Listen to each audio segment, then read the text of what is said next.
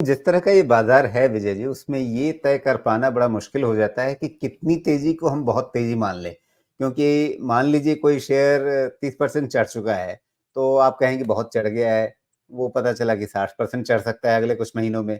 क्योंकि आप इससे पहले भी देख चुके हैं कि आप किसी शेयर में 200% की तेजी देख रहे हैं, किसी शेयर में 300% की तेजी देख रहे हैं। अब अगर उदाहरण के लिए आज मैं यहाँ पे बीएचईएल का ही नाम लूँ, आज बहुत चला है।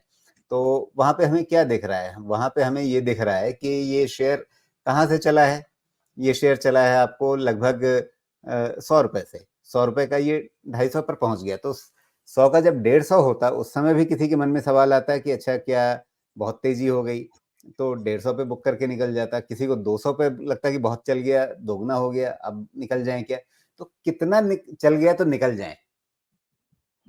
देखिए, क्वालिटी ऑफ कंपनी देखनी बहुत ज़रूरी है राजीव जी। मुझे लगता है कि अगर आप बात करें बीएचईएल की पर्टिकुलर, ये बड़ी डीप डिस्काउंटेड कंपनीज़ है। अगर आप बीएचईएल का व्यापार देखें, ये इंजन भी बनाता है, ये हेवी इंजीनियरिंग का सामान भी बनाता है, ये टरबाइन भी बनाता है।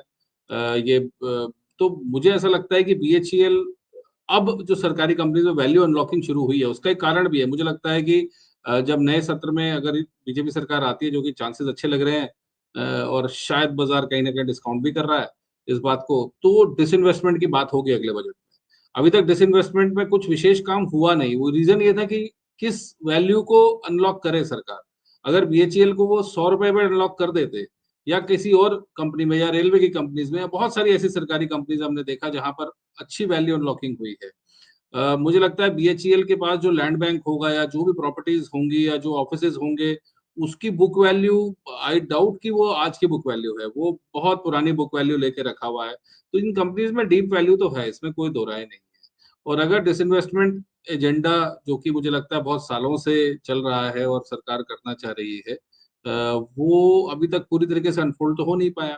और जब अनफोल्ड नहीं हुआ है, तो उसके चांसेस हैं कि अनफोल्ड होगा, तो मुझे लगता है वैल्यू अनलॉकिंग हो रही है।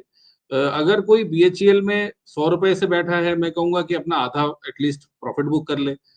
ये भी कोई बुरी स्ट्रैटेजी नहीं होती कि आप आधा पैसा रख लीजिए, आधा बुक कर लीजिए। जब आपको पूरी श्योरिटी नहीं है, मुझे अभी भी लगता है बीएचईएल में बहुत वैल्यू है। इस ये स्टॉक तो अगर 500 का भी होगा, यहाँ से भी डबल, तो भी कोई इसमें अचंभित होने की बात नहीं है। क्योंकि बहुत डीप वैल्यू है इन कंपनीज़ में।